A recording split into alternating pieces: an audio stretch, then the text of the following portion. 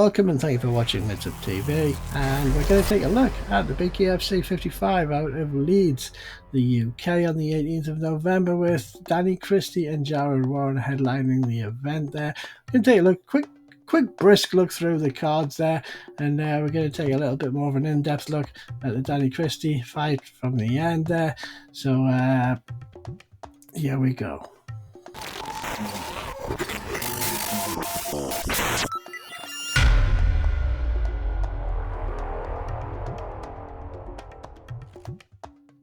So Rob Cunningham and Aggie Faulkner first up on heavyweight.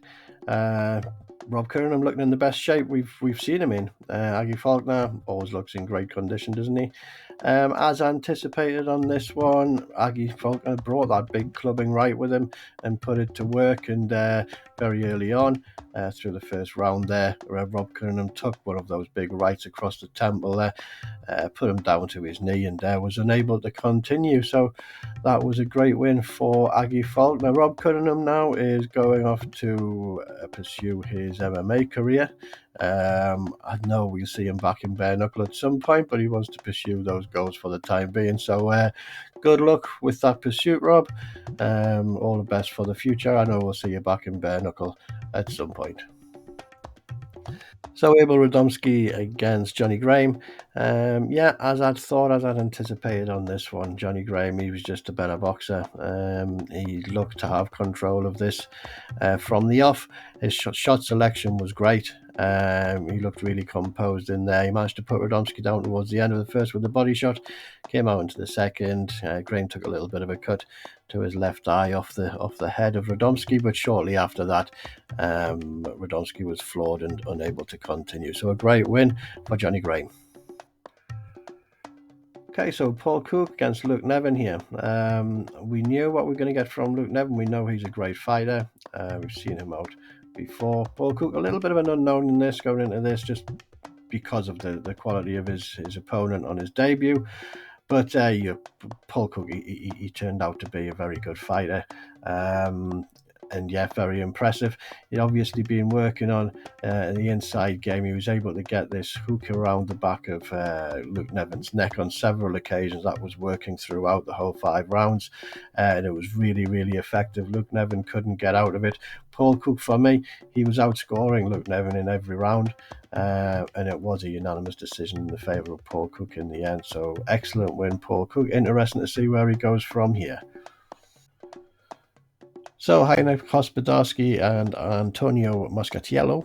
Now I was really looking forward to this. I'd anticipated Hospodari might be able to just get the better of Moscatello in this one, but you could really see the class of Moscatello throughout the first in this one. And Hospodari, he was making a really good performance. This was a really good matchup till we got towards the end of the first. I think there was just a few seconds to go in the first there, and Moscatello, he sent out a perfectly weighted right, and it just caught Hospodari, and really he went down. He seemed to be in quite a bit of distress from that, and wasn't going to be able to make it back to his feet. So really good performance. I enjoyed the performance for while it lasted. It looked like it had the makings, but Moscatello, he just really showed that extra little bit of class.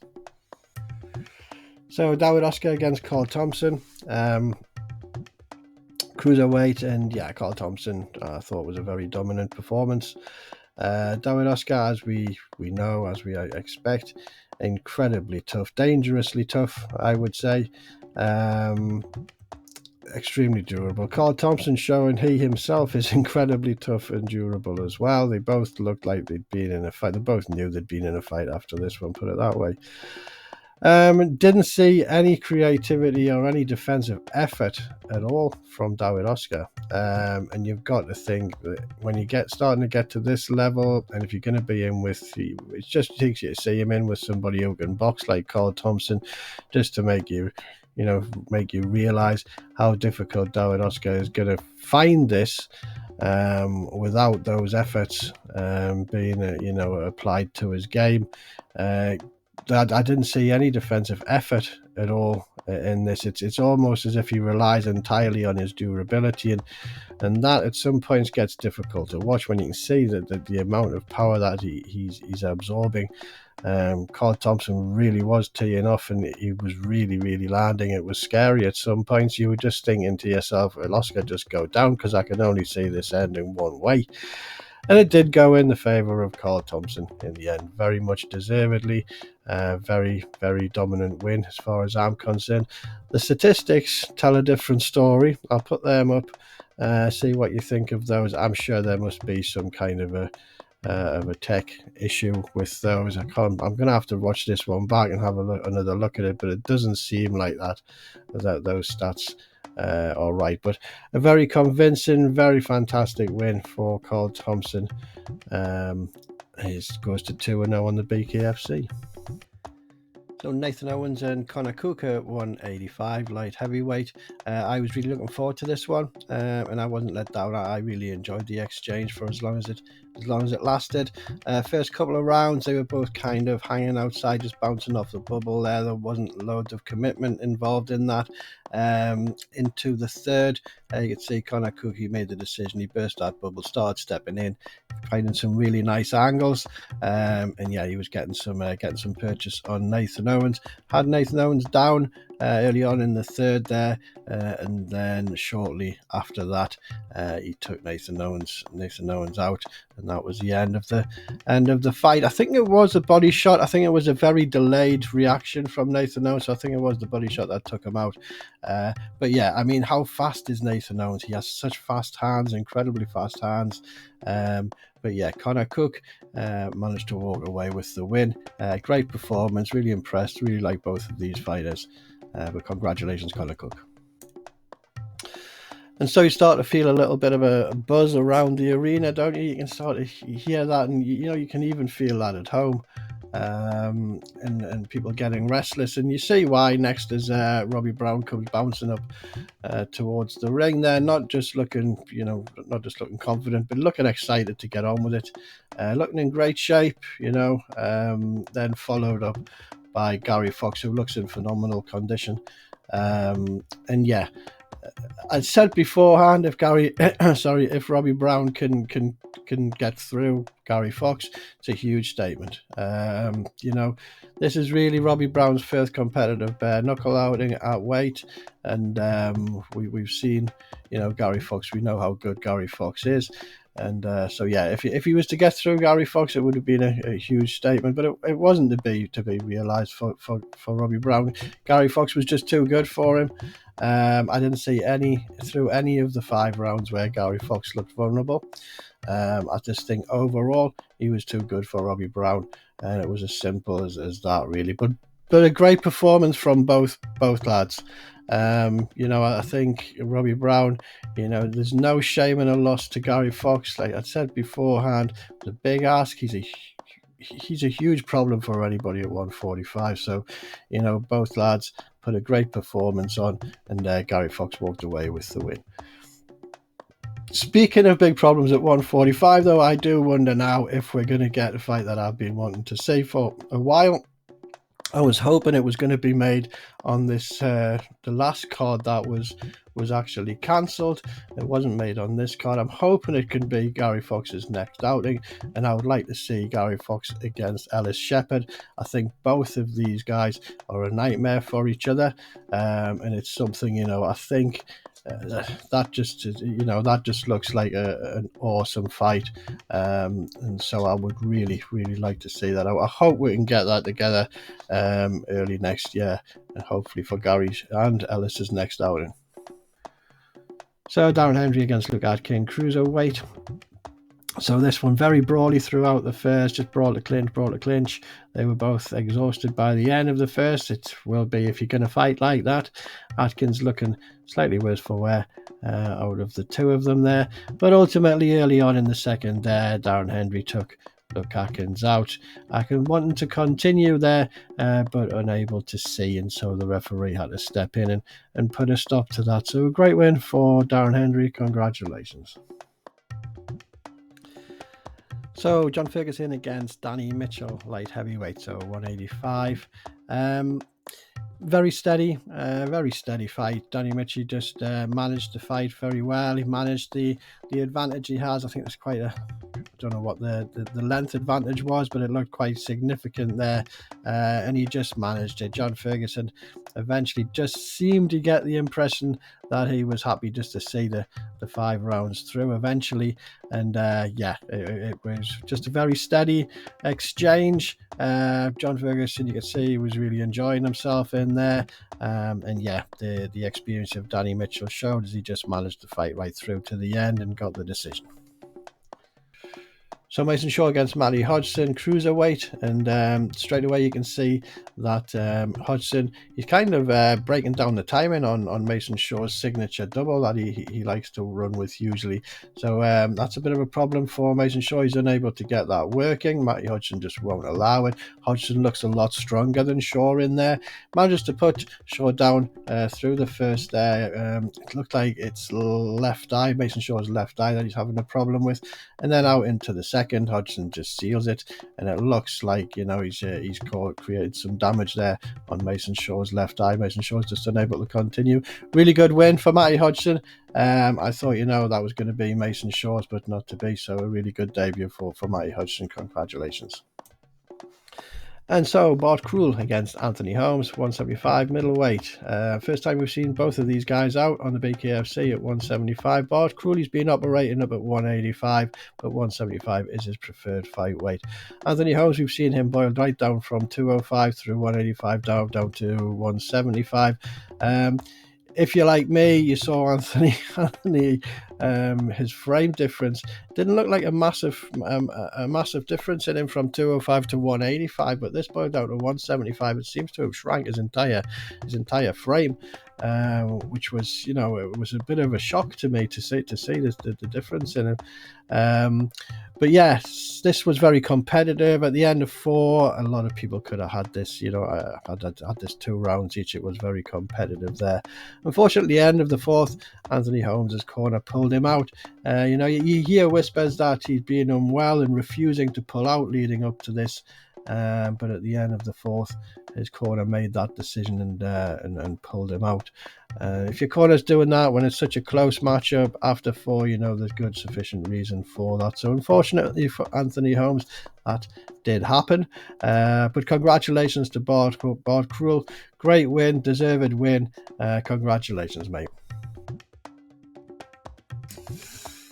And so we move on to the main event, the headliner. Danny Christie against Jared Warren. Jared Warren over here from the US to see what he makes of our best man at 185 light heavy.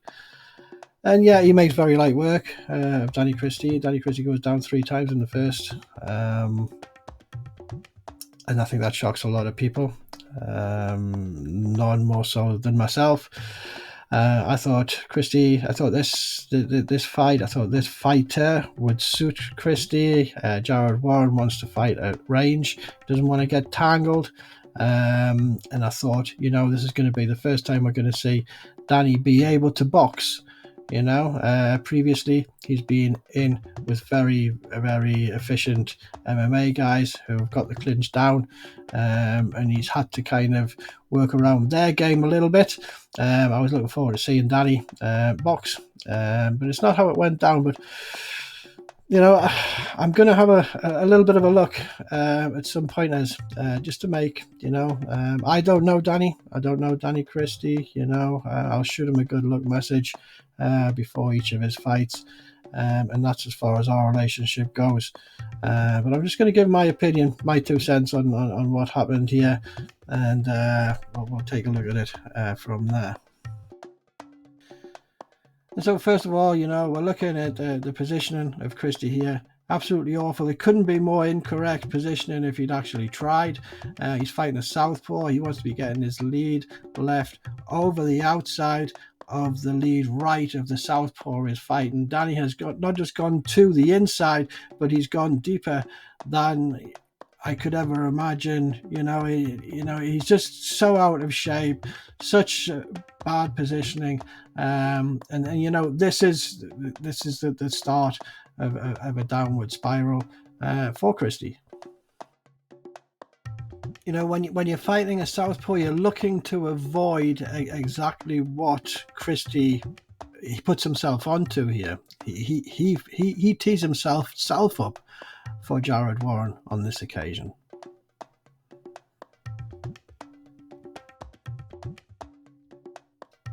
Again, on the second down here, you can see it's a common theme here. Danny Christie, his positioning is awful. He's looking to go outside. He knows where he should be. He hasn't gone deep enough, so he's not actually outside. He's turning level with the right foot of the southpaw, and he's turning himself straight on, which has turned himself straight on to the southpaw's left, which is his powerful hand. Again, positioning awful.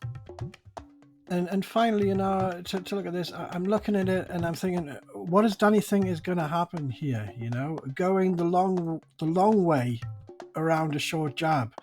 What does he actually think is going to happen? You know, he's stepping across. He's not getting outside. He's not deep enough. He's too square, and he's trying to go the long way around a short jab. He's not thinking like a boxer at this point. He's not thinking like he's trying to force his way through someone. He's not thinking technically like a boxer. And so you're probably thinking after that, you know, it's just in case Danny, he doesn't know how to fight southpaw. That might be the case. I personally, I don't think that's entirely the case. He might not be very strong at fighting a southpaw. He's very easy to hit anyway. The oddities of fighting a southpaw, in reality, probably quite overwhelming for him. But I think, you know, after what I've seen in there, I think his equilibrium was shot for whatever reason. You know, your equilibrium can go from being, donked on the head. That can be a very good reason for your equilibrium to go. But, you know, I'm just wondering if that's all it was, because I know that Christie has a decent boxing brain. He knows where he needs to be against a southpaw. He wasn't anywhere near fulfilling that. So that's initially the concern for me. But when you watch the fight through there, and you see exactly what is going on, and there were, you know, apart from, you know, his shape, he's completely out of shape. He just wasn't in the fight at all. When you see some of the signs that I was seeing, if the referee was picking up on them, you know, then that will be a part of the reason why the fight was. I mean, Alan Jackson, he gave him a count of 10. Christie got up on 10. It was actually, you know, it doesn't matter if it's seconds or whatever. If the ref counts to 10, it doesn't matter how quick it is. That is a 10 count from the ref, and it's done. But, you know, there were certain points there. If Alan Jackson was picking up on some things that I was, he could see, you know, this was just weird. He's seeing Christie. He's refereed for Christie before. There were points there when I thought Christie was going blind. I'll show you them now. Grabbing for the first thing you can to gather yourself, to grab something, you know, grabbing your opponent's leg. We've all seen that in all combat sports. You don't know where you are. You need some stability. It's very unusual to see a boxer do that. You get it a lot in MMA, but that is, you can't see. You need stability.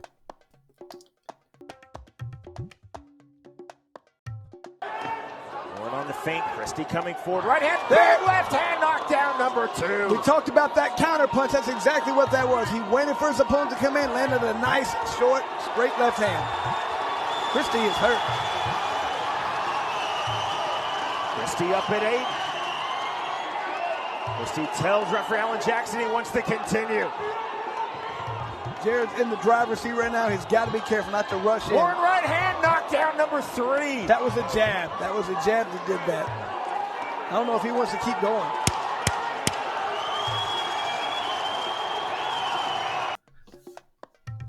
And so there you have it. You know, that's the top and bottom of it. You know, Danny Christie, he reacted really badly. You know, it's not a massive deal. He reacted badly, you know. So what?